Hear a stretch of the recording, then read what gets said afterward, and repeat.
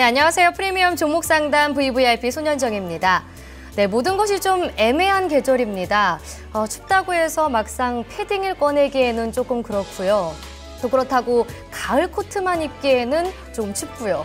또 보일러도 틀기에 좀 애매한데요. 좀 날짜상으로도 그렇죠. 뭔가 새롭게 시작하기에는 올해도 다 갔는데 뭐 하고 좀 주저앉기 쉽고 또 뭔가 또 내년만 기다리기에는 꽤 많은 시간이 남았는데요. 이럴 때는 그냥 좀 내가 느끼고 판단하는 대로 행동하면 좋을 것 같습니다. 남은 2달 하고 싶은 일 알차게 보내시면서 좀 마무리하셨으면 좋겠는데요. 저희는 그럼 오늘 11월 3일 프리미엄 종목 상담 VVIP 시작해 보도록 하겠습니다. 토마토 투자 클럽의 이종목 전문가님 나와 계십니다. 전문가님 안녕하세요. 예, 안녕하십니까. 네, 지난주에 이 시간에 우리가 2050선을 뚫을 수 있을지에 대해서 한번 얘기를 해봤잖아요. 근데 그 2050선의 벽을 오늘 정말 느낄 수 있었던 날인 것 같아요. 그래서 그 2050선을 정말 뚫기가 힘든 것 같은데 어떻게 생각하세요? 그걸 또 기억하고 있었군요. 네. 네. 실질적으로 2050은 그때 이제 우리가 얘기한 다음에 다음 날인가 다다음 날 네, 거기서 네. 한번 나왔던 거고 네. 요번째가 이제 요번이 세 번째. 네. 세 번째예요. 근데 오늘도 결국은 2050을 올라가려고 했는데 지금 주식시장은 2050이 중요한 게 아니고 2100이 더 중요해요. 2100이. 근데 어쨌든 간에 2100을 가려면 2050을 돌파 안착을 해야 되니까 지금 이렇게 진통을 겪는데 뭐 요번 주 금요일 날인가? 이번 주 금요일 날 이따 시황에서 네. 얘기하는데 그때 이제 고용지표가 이제 어떻게 나오냐에 따라서 돌파 안착할 수 있다? 뭐 아니다. 뭐 이런 거 자세하게 얘기할 수 있으니까요. 네. 중요한 거는 지금 현재 시점에서 2050 때문에 사람들이 죽어나가는 사람들이 있고 좋은 사람들이 있고 극과 극이다. 이렇게 시장을 보면 될 것 같습니다. 네, 저희 시청자님은 좀 잘 하셨는지 궁금한데요. 그럼 VVIP님 모셔보도록 하겠습니다. 시청자님 안녕하세요. 네, 안녕하세요. 네, 반갑습니다. 어디서 전화 주셨나요? 청주시요. 아, 네, 충청북도 청주시 맞나요? 네. 아, 네, 혹시 그럼 연령대가 어떻게 되세요? 지금 54세요. 아, 네, 50대 여성분이 전화를 주셨습니다. 네. 그럼 투자하신 지는 얼마나 되셨어요? 주식 투자하신 지? 직접 투자한 지는 한 4, 5년 돼요. 아, 4, 5년 정도? 한 2010년부터 좀 시작을 하신 거죠? 네. 네. 그러면은 투자 규모는 어느 정도 되세요? 처음에는 한 8천 가지고 했는데요. 네. 지금은 이제 딱 5천만 가지고 해요. 아, 그럼 한 3천만 원 정도 손실을 보신 거군요. 아니요, 손실 본 게 아니라 나왔어요. 아, 네. 그러면 지금 5천만 원을 가지고 하신 거고 처음에는 8천으로 시작하셨다가 지금 하시는 거구나. 혹시 그 성향이 어떻게 되세요? 단기적으로 접근하시는 편이세요? 아니면 좀 장기적으로 접근하시는 편이세요? 저는 종목을 일단 사잖아요. 네. 그러면 무조건 매일 상한가를 걸어요. 그러니까 좀 급등주들을 매수하시나 봐요. 네네. 그래서 그게 상한가를 갈 때 혹시 매도는 잘 하세요? 상한가에 걸어 놓으니까요.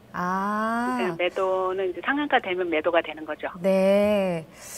그렇군요. 그러면은 혹시 그 종목을 선택하실 때는 어떤 걸 참고하시는 편이세요? 일단 토마토 방송을 보고요. 네. 또 전문가님들 말씀 듣고, 제가 이제 약간의 좀 공부 조금 하고. 네. 예, 그래서 느낌도 좀 포함해서 결정합니다. 그래서 방송 추천주 중에서도 주로 이제 급등주들을 좀 눈여겨 보시다가 매수를 하시고 이제 상한가 치는 걸 보시는 거죠. 네.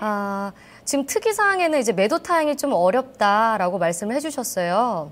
네네. 네, 그죠. 어렵죠. 매도를 언제 할지 이게 항상 어려운 것 같은데, 전문가님, 제가 이 시청자님과 잠깐 대화를 나눴는데, 지금 전문가님과 항상 방송을 할 때마다 똑같은 질문이 나오고 있어요. 그죠? 장세가 그러니까 그런 거예요, 장세가. 네, 매도 타이밍을 잡기 어렵다 계속해서 말씀해 주시고 계신데, 정말 시청자님께 이 매도 타이밍은 어떻게 잡는 건지 쉽게 또 시원하게 말씀해 주세요.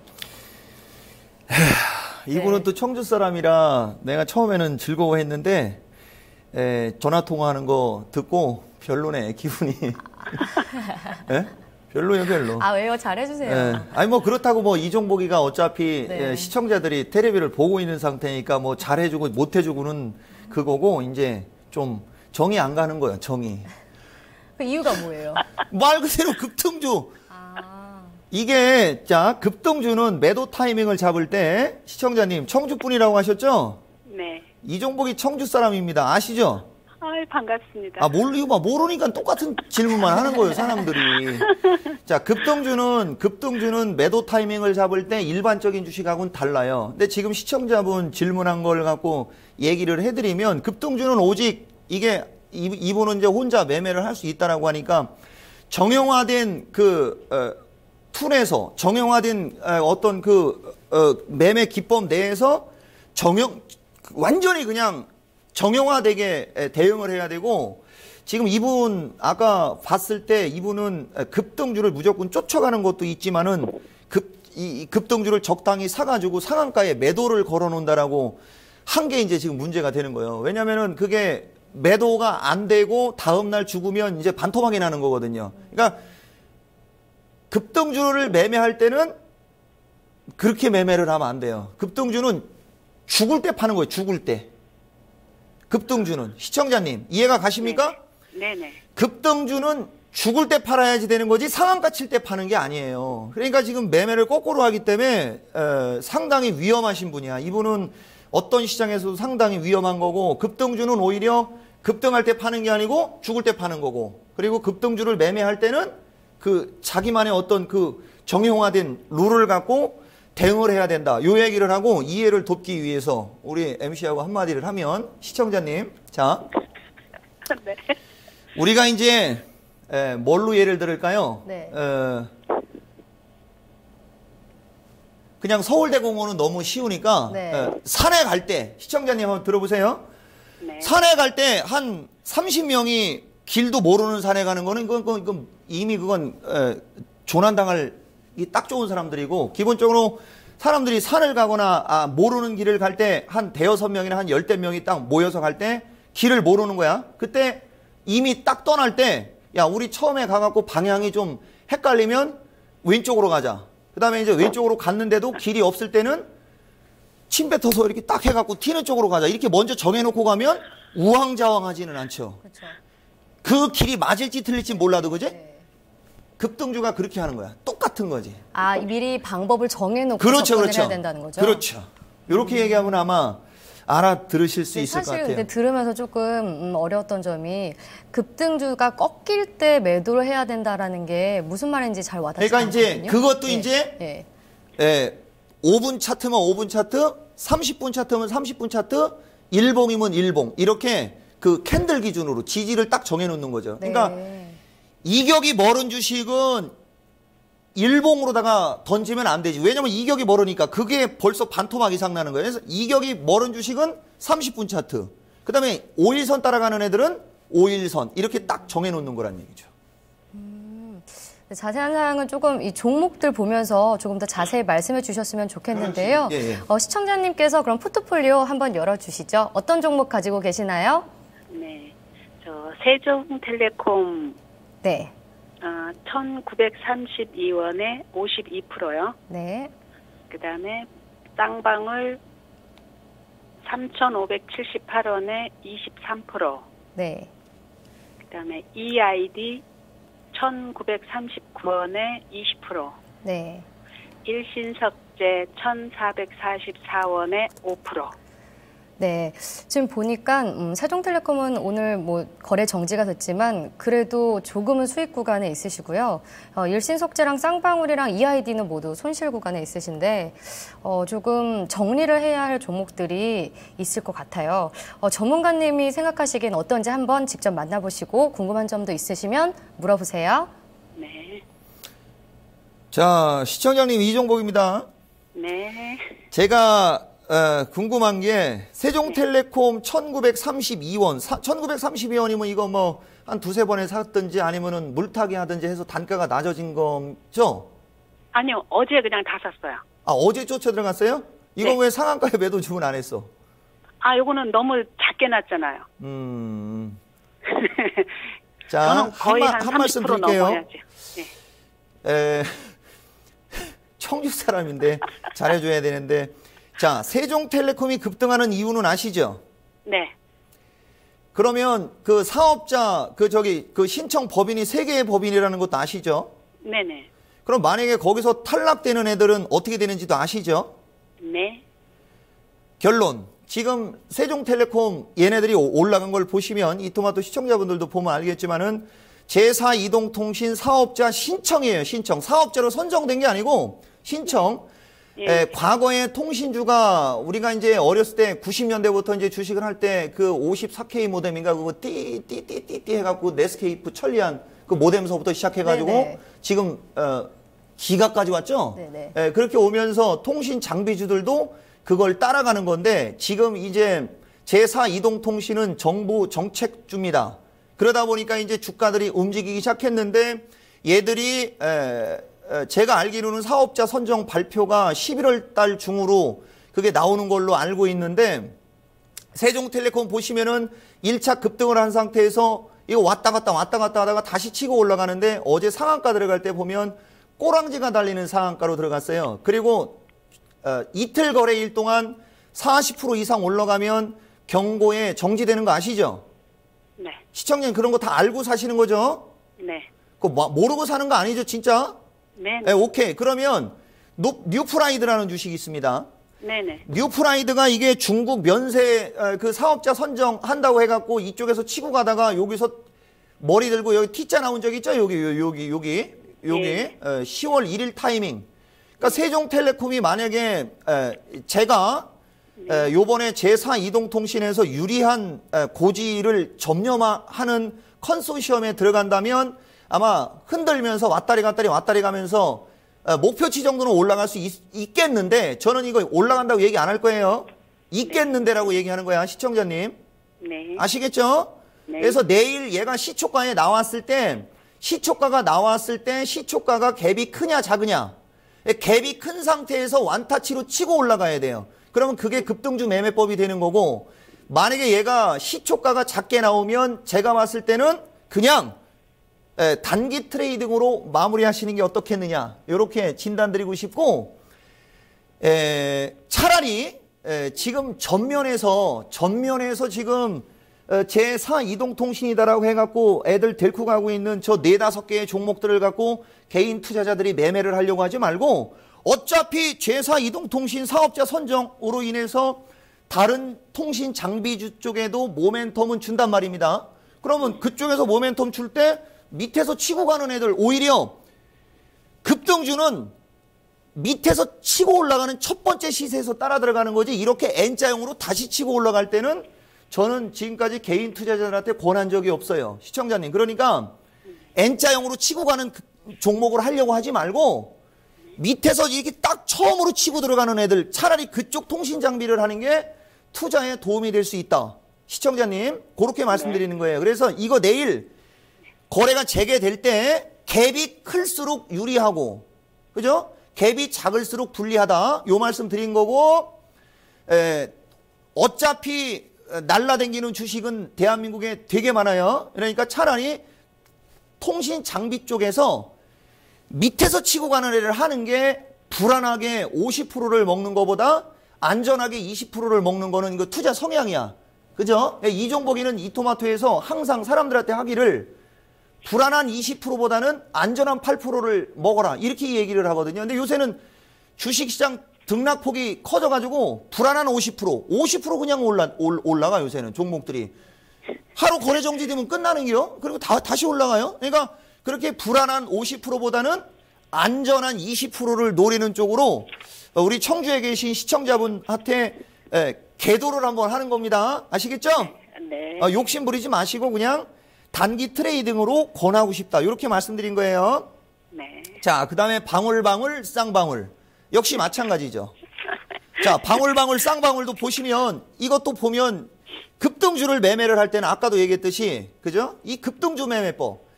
처음에 치고 올라가는 첫 시세에서 따라가라고 얘기하는 거야. 항상. 처음에 치고 올라갈 때 따라가라. 그러니까 여기 같은 경우는 얘는 일단 1차 시세가 분출된 상태에서 여기서 왔다 갔다 했죠.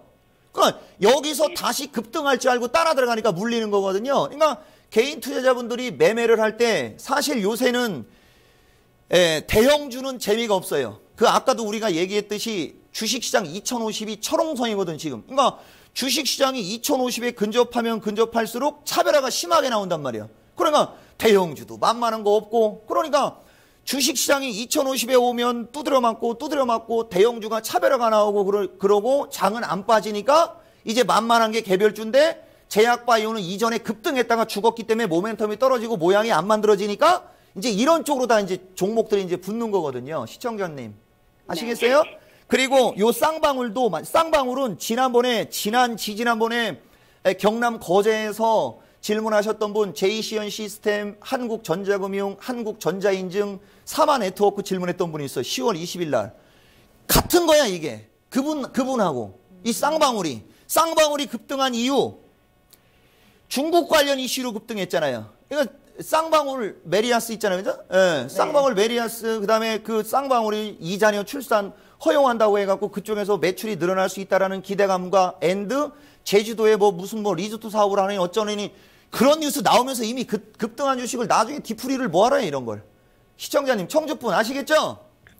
그래서 이것도 단기 트레이딩. 다만 얘가 이제 지난번에 여기 보시면요. 그러니까 이런 걸 갖고 공부를 하셔야 돼요. 공부를 하시더라고요. 한국전자금융도 흘러내리고 한국정보인증도 이렇게 흘러내리잖아요. 시청자님, 그죠? 그러니까 얘도 그렇게 흘러내리게 된단 말이에요. 그러니까 거래를 쳐주면 얘가 올라는 가겠으나 떨어지는 21선에 부딪힐 가능성 높고 이미 호재는 다 나왔으니까 제가 봤을 때는 3,570원이니까 적당히, 그죠? 이렇게 하시고 항상 급등주를 하실 때는 처음에 치고 가는 급등주를 하시라는 말 또 말씀드린 거예요. 해서 한 번 정도 디프리 파동은 나올 수 있어 보인다. 시청자님, 한 번 정도 디프리 파동은 나올 수 있어 보이지만 다시 한번 이게 21선 뚫고 전고점으로 올라가기에는 이미 재료가 노출이 됐기 때문에 이렇게 기간 조정을 받을 수 있어 보인다라고 판단이 됩니다.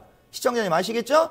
네. 그러니까 거래량 마른 것도 괜찮고 전반적으로 하루 이틀 정도 지나면 한번 움직일 수는 있어 보이네요. 보니까 그때 단기 트레이딩으로 마무리하시고 다시는 이렇게 큰 폭으로 올라간 상태에서 2차 상승하려고 하는 급등주는 안 하시는 게 좋은 걸로 청주분 아시겠죠? 네. 네. 자, 그 다음에 EID, 얘예요, 얘. 근데 얘도 결국은 한 번 파동이 나왔기 때문에 이제 이게 그나마 이게 이제 제가 봤을 때는 다른 어떤 주식에 비해서 하방 경기성이 지금 좋게 나온 겁니다. 근데 이거 청주분 이건 1939원에 샀잖아. 시청자님, 그죠? 네. 그러니까 이거 1939원에 샀으니 여기서 상한가 두 방을 가야 본전이고 상한가 한 방 가봤자 1600원대밖에 안 되니까. 시청자님, 그죠? 그러니까 요번에 아주 청주 사람 제대로 요번에 익히는 거예요. 이거 다 보면 지금 시청자님이 질문하신 거는 과거에 중국 뉴스라든가 아니면 어떤 호재성 뉴스로 한번 시세 분출이 된 주식이요. 그래서 시간을 끌면 끌수록 불리하게 되는 거예요. 시청자님이 질문하신 종목은. 아시겠어요? 네. 그래서 얘는 그나마 제가 이것도 물타기는 안 한다고 저는 생각하고 제 의견을 말씀드릴 거예요. 네. 아시겠죠? 네. 제가 봤을 때는 시청자님이 갖고 계신 종목 중에는 얘가 제일 안전하고 무난해 보이는 두 종목 중에 하나. 얘가. 그러니까 요거는 적당히 하나 보면 1,500원에서 1,700원 정도까지 반등 시도가 아마 조만간에 나올 수 있을 겁니다. 대신 거래량이 터져줘야 되겠죠? 그러면 터지는 거래량은 10만 K니까 이거 엄청난 거예요. 이거 거래량 이거 어마어마하게 들어와야 돼요. 그러면 1,700원대. 안 그러면 1,500원에서 1,600원 정도에서 적절하게 좋은 공부했다. 요렇게 생각하시면 좋을 것 같아요. 시청자님. 아시겠죠? 근데 제가 요 시점에서 드려도 될까요? 글쎄 이거 물타기 질문만 안 하면 돼요. 아니요. 물타기가 아니고요. 거기 지금 그 EID 뉴스를 보니까 횡령이라고 돼 있는데 그게 주식에 미치는 영향이 엄청 클 것 같은 생각에 약간 좀 걱정은 되는데요. 뭐라고 그 했죠, 지금? 생명. 생명이 뭐야, 생명이? 생명? 횡령을 했다고요. 횡령 직원이 돈을 횡령. 횡령. 네, 횡령이요, 횡령. 네네. 뉴스에. 생명. 횡령, 돈을 횡령. 아니, 근데 EID를 얘기하는데 얘가 직원이 돈 갖고 튀었다고요? 네. 임원 중에 한 사람이 글쎄, 네. 그런 얘기 방송에서 함부로 하면 안 되는 건데. 아니, 뉴스에 나왔기 때문에 인터넷 뉴스에 있어요. 그래서 그걸 보고 제가 그러니까 봐봐. 그러니까 이렇게 부실한 주식은 매매를 안 해야지 되는 거 아니요? 아시겠어요? 근데 이게 만약에 누군가가 이거 돈 갖고 튀었으면 오늘 하한가 친 주식처럼 이게 하한가 잔량이 몇백만 주 쌓여야지 되는데 이거 그런 게 없잖아요. 잘못 보신 거 아니에요? 혹시 아니요. 뉴스가 지지난서부터 계속 나와 있어요. 6일 전에 나왔다고요? 네.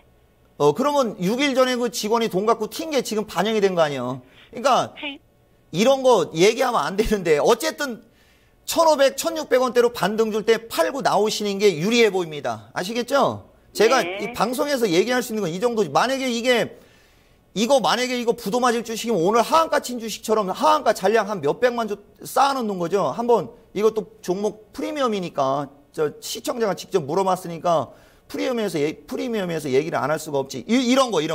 이렇게 죽는 거예요. 시청자님, 이렇게 죽는 거예요. 돈 갖고 튀면 이렇게 죽을 때가 위험한 거죠. 이렇게 죽을 때가. 시청자님, 이해가 가십니까? 네. 얘가 전 경영진이 돈 갖고 튀었다라는 뉴스가 나온 종목이에요.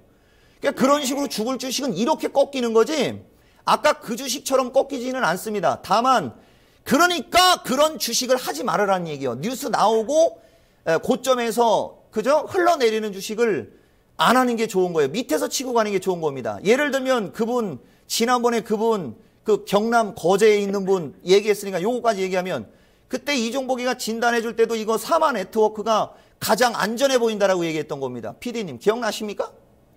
경남 거제에 내가 그 어사 박문수 네. 얘기하는 날.